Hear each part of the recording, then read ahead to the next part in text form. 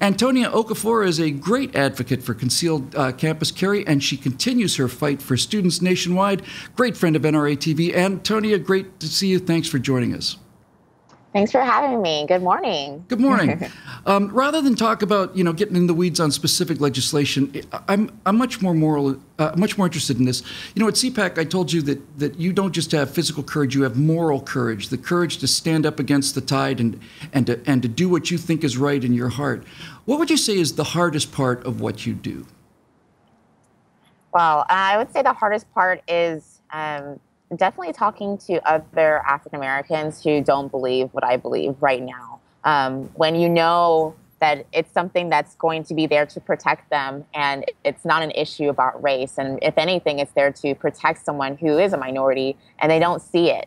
And you just know as another African American that it's something so important to them and something so helpful to them and has been in our history, but they just don't know about our history to be able to utilize it or to be able to advocate for it yet. So I'd probably say that's the hardest thing, is when people don't know the knowledge behind or the history behind gun rights and how it protects them. It doesn't harm them.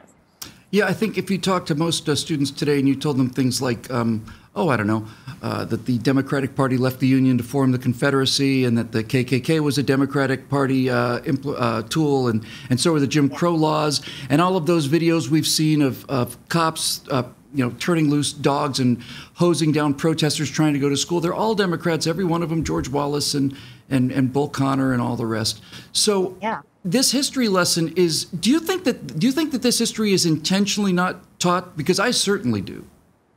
Oh, yeah, absolutely. I mean, I didn't even know that the KKK was a gun control group, that they literally started as a gun control group until about a couple of years ago. And I read a great book on it. So it's something that's definitely not taught in our history classes, even in college, for that matter, especially in college. And if anything, they make it seem like, oh, well, the people who aren't for that. And that's all the people on the Republican Party. And that means they were anti-gun. Or they were pro-gun, and that's bad for people. And they were anti-women. And of course, that's bad for people. And so when they don't look at the facts that, well, actually, to be pro-gun, to be pro-woman, to be pro-minority, to be pro-American is to enable every American to be able to protect themselves for self-defense reasons. That's what the NRA is about, and that's why it's the largest and the longest running civil rights movement and organization, because it's protecting everybody's right for self-defense.